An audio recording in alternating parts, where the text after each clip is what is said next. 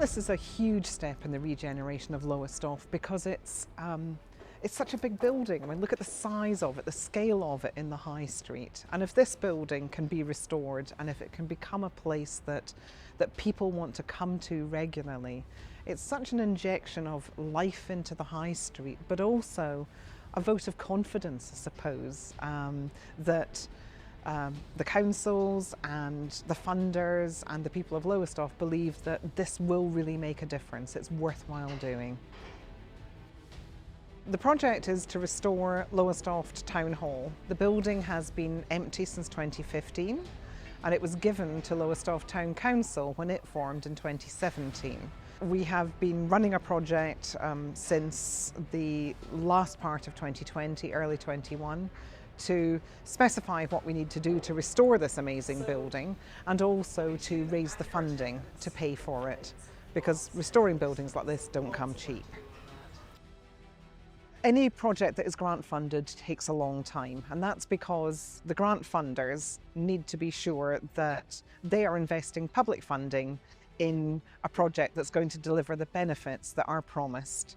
And you need to be able to be clear about exactly what you're going to do, how much it's going to cost, what the end result is going to look like.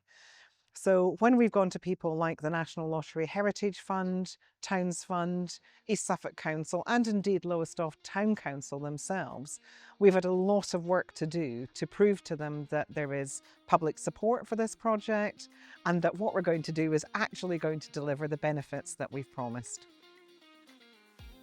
As a Suffolk business, we're delighted to be involved with such an important project in Lowestoft. After a long design process, we've started on site. The scaffold is nearly complete to allow the re-roofing works to commence. We've completed the demolition of the annex buildings, along with some structural alterations to the inside of the building. The project will be a very challenging project due to the age of the building and the many alterations we're carrying out.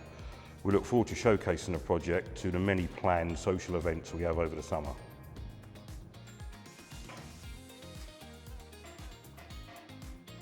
There's a huge amount of work to be done. This contract is just over £9 million worth of work. And that's partly because it's a very big building, and it's partly because it's in a very bad condition. And now we're coming on board and we're trying to put that right.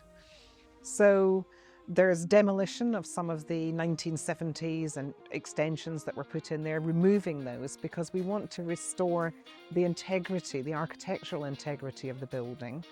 But we also want to open it up so that when anyone from Lowestoft wanders into the building, they can feel that this is their place.